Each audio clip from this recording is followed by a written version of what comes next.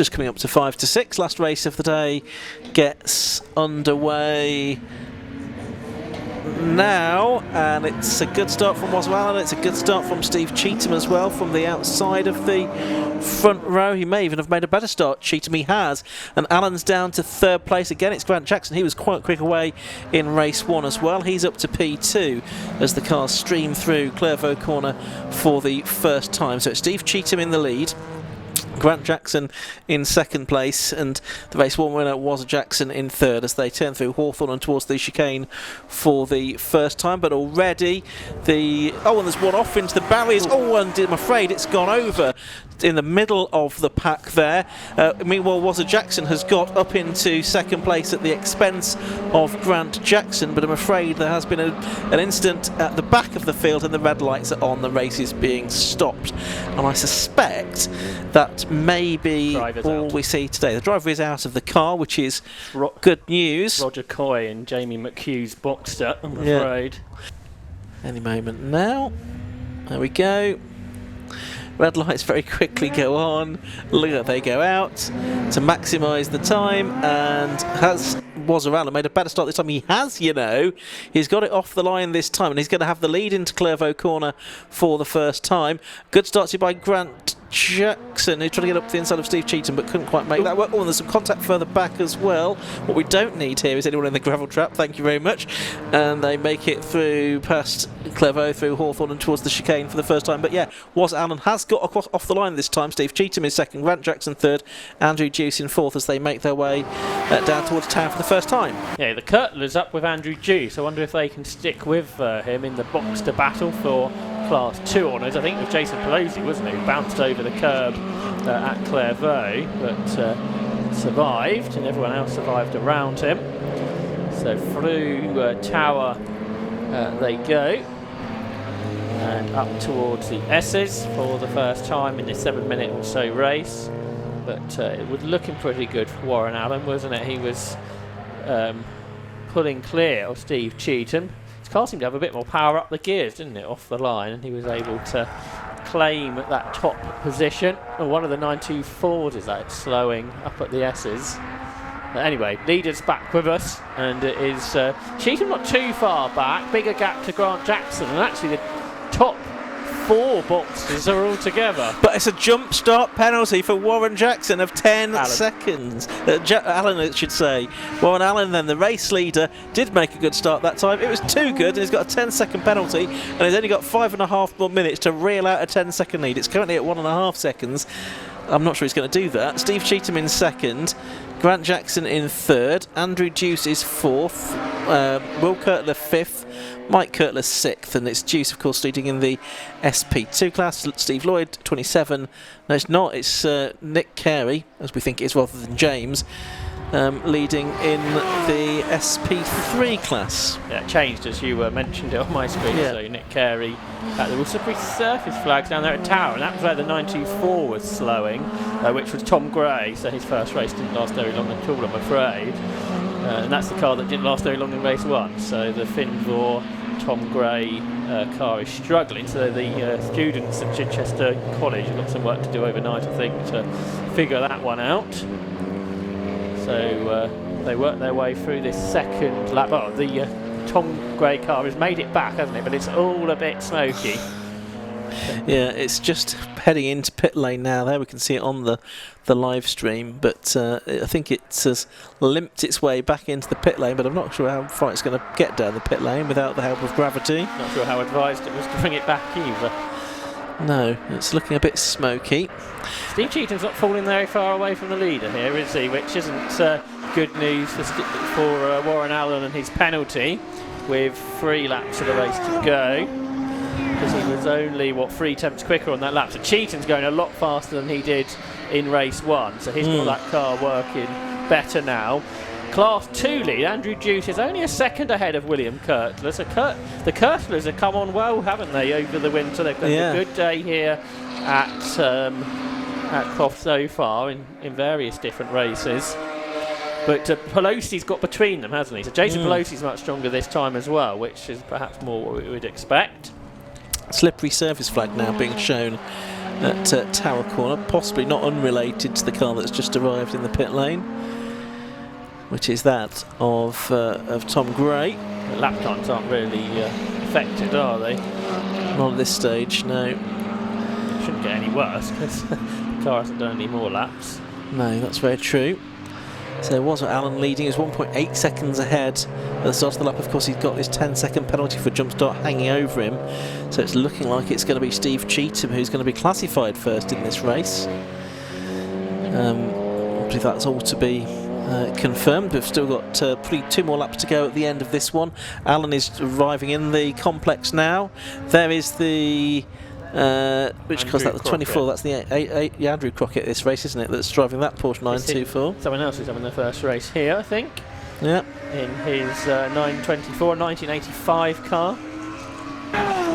As the leader's heading down the straight towards him now. It's of 2.8 second lead now for Allen, so he needs to make up more than 7 seconds in the remaining 2 laps of this race, was Allen, if he's going to be classified as the winner. Jason Pelosi's just done the fastest lap in Class 2, and here he comes around the outside of William Kirkler into Clairvaux. Couldn't quite make it work, but then he's tighter, isn't he? Through Hawthorne, up towards the chicane. I imagine Pelosi will keep will get this position in all of that, and he does. Yes, he does. So Jason Pelosi's up to second in the class now, although Kirkler will perhaps fight back heading down toward Clairvaux. No, if anything, William Kirkler's going to lose out to his dad here, isn't he? Because it's Mike Kirkler around the outside in his Ashgrid Porsche that goes through. But I wonder if now Pelosi's ahead of the Kirkler family, that he can go after Andrew Dukes. This is much more perhaps what we'd expect from a former 750 Motor Club race winner. Yeah, that's right. Jason Pelosi there going well in the green Boxster. So 1 more lap to go then at the end of this one. Was Allen just coming into the complex for the penultimate time. He's still got Steve Cheetham in his mirrors though, and he doesn't really want Steve Cheetham in his mirrors with a 10-second penalty to be added to his time at the end of the race. He has got the best lap of the race though, on the last lap, a 1:30.814, which is marginally slower than he went in the first race when he was into the 1:30.7s, but he goes on to the last lap now. Very slow lap for the leader. It was 1:33, so the gap has come down to 2.1 seconds, which is exactly what he didn't need to happen. Meanwhile, a bit further back, Grant Jackson, Andrew Deuce going through, and there's a gap of about 2 seconds between Deuce and Pelosi, so we'll see if Pelosi can narrow that, but I don't think it's going to catch him before the end of the race, Josh. No, you wouldn't think so, would you? But interesting racing prospect perhaps tomorrow in that longer 40-minute race between them.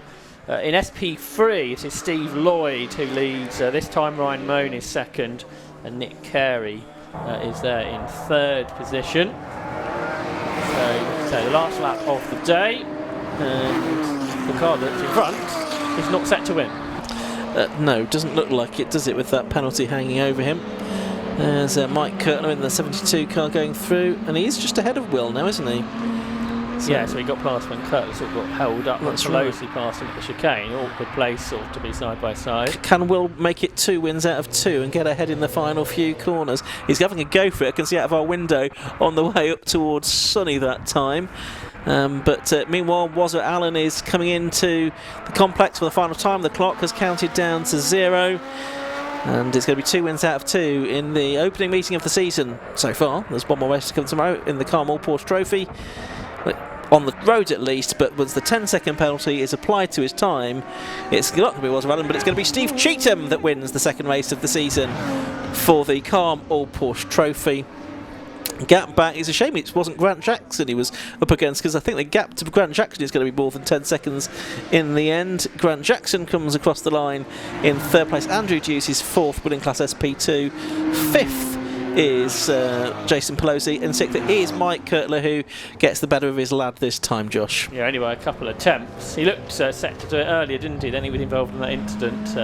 He's done it this time, so Mike will be pleased with that, because that was his aim for the season, wasn't he? He's done it on day 1, so well done to him. The Class 3 leader comes through to win, and that is Steve Lloyd, the Northamptonshire driver in his 1993 968 Club Sport. The next Amok Intermark car, that one, so lots of racing pedigree. Michael Goodwin brought the car, his car home, didn't he, after starting from the pits. Now, did Nick Carey take the checkered flag? He's not done so yet, according to the timing screen. Not sure about the transponder issue. Or Yeah, there was a dicky transponder. It's now been put in. There we go. Okay. Into the results. So I think we probably can give you the results of that, the final race of the day, the Carmel Porsche Trophy. Slightly later finish than we were anticipating after some earlier delays. But it was a victory then for number 43, Steve Cheetham, in his Porsche Cayman S. 5 laps completed, and on corrected times he was 7.3 seconds clear of number 165, Warren Allen. In second place, third place number 93, Grant Jackson. He was 12.8 seconds behind. SP2 winner was number 8, Andrew Juice, in fourth place overall. 22, Jason Pelosi, fifth. 72, Mike Kurtler, sixth. His son, Will Kurtler, was seventh in number 32. Rich Gravestock was eighth in number 4. Steve Lloyd won in the SP3 class in number 27, ahead of the 47 car of Ryan Moan, who completed the top 10 with Jamie Naylor, Nick Carey, Michael Goodwin and Stuart Tanton, completing the top 14 with only one other finisher, which was Andrew Crockett. And we are back down in the pit lane for the final time today, and we are going to welcome Steve Cheetham, who has taken victory.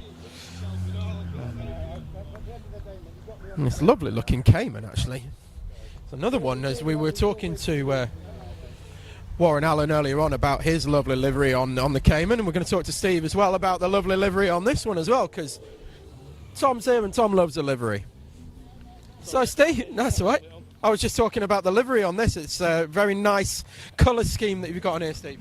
Yeah, we've run this colour scheme on since we started in a Boxster in, oh God, I can't remember now, 2012.